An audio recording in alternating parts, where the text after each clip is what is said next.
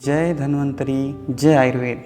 तो दोस्तों, आज हम बात करेंगे ईर्ष्या, क्रोध और जलन के ऊपर। ईर्ष्या, क्रोध और जलन मन की एक अवस्था है जो शरीर के माध्यम से व्यक्त करता है।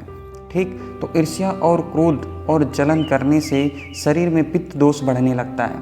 पित्त दोष में अग्नि और जल तत्व होता है, आपको भी पता है ये चीज़ें। तो जैसे जैसे पित्त दोष बढ़ता है, यानी जैसे जैसे हम ईर्ष्या, क्रोध, जलन करते हैं, तो हमारे शरीर में गर्मी बढ़ने लगती है, उत्तेजना बढ़ने लगती है।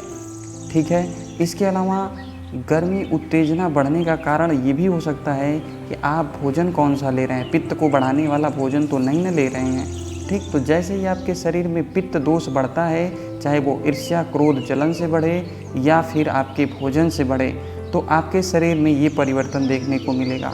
शरीर में गर्मी बढ़ने लगेगी, उत्तेजना बढ़ने लगेगी, त्वचा से संबंधित विकार होना स्टार्ट हो जाएगा, जैसे त्वचा में लालिमा होना, जलन होना, फोड़े फुंसी होना, एक्जिमा होना, सोराइसिस होना। पाचन संबंधित रोग आपको देखने को मिलेंगे, जैसे गैस बनना, उल्टी होना, बार बार लैट्रिन दस्त होना।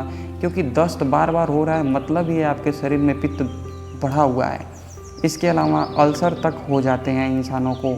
नेत्र संबंधित रोग देखने को मिलेगा, चूँकि नेत्र में आलोचक पित्त होता है, तो नेत्र संबंधी रोग आपको आँखों में लालिमा, जलन, धुंधलापन, मानसिक असंतुलन की स्थिति भी आपको देखने को मिल सकती है। इसमें क्रोध, चिड़चिड़ापन, जल्दीबाजी, किसी काम में मन न लगना, अस्थिरता, ये सब आपको लक्षण देखने को मिलेंगे। कब? जब आपका पित्त दोष बढ़ा होगा। और पित्त दोष बढ़ने का कारण क्या है? ईर्ष्या, किसी से बहुत ज़्यादा ईर्ष्या करना, जलन करना, क्रोध ज़्यादा करना, या फिर ऐसे पदार्थों का सेवन करना जिसमें पित्त प्रकृति ज़्यादा हो, यानी अग्नि का गुण ज़्यादा हो। ठीक, इसके अलावा रक्त संबंधित रोग भी हो जाते हैं। रक्त में अशुद्धि होना, पीलिया होना, यकृत की समस्या होना। इसके अलावा और भी लक्षण आपको देखने को मिलेगा। आपके मुंह से लेकिन लगेगा जैसे भाप निकल रहा हो, अत्यधिक आपको पसीना होगा, भ्रम की स्थिति होगी, जलन और सूजन होगा, मुंह में छाले होंगे, मुंह में खट्टापन होगा, अधिक गर्मी आपको महसूस होगा। तो दोस्तों, ये सब ईर्ष्या, क्रोध और जलन से होने वाली प्रॉब्लम्स हैं। अब आप ही सोचिए कि अगर ईर्ष्या, क्रोध और जलन को शांत न किया गया, सिर्फ दवाओं के भरोसे हम अपनी तबीयत को सही करना चाहें तो हम नहीं कर सकते हैं। हो सकता है दवा ले करके आप अपने शरीर में केमिकल रिलीज करके कुछ टाइम तक इन सब चीज़ों को सही कर सकें, लेकिन जैसे ही दवा आप छोड़ेंगे, आपको ये सारी चीज़ें फिर होना स्टार्ट हो जाएंगी।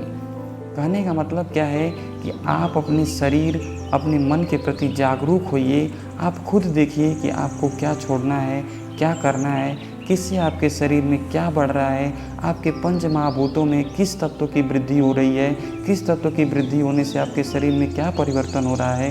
ये सारी चीज़ें बहुत बहुत मैटर करती हैं आपके स्वास्थ्य में। तो आशा करता हूँ आपको ये चीज़ें समझ में आई होंगी कि ईर्ष्या, क्रोध और जलन से हमारे शरीर में कैसे और क्या परिवर्तन होता है। मिलते हैं नेक्स्ट ऑडियो में। धन्यवाद।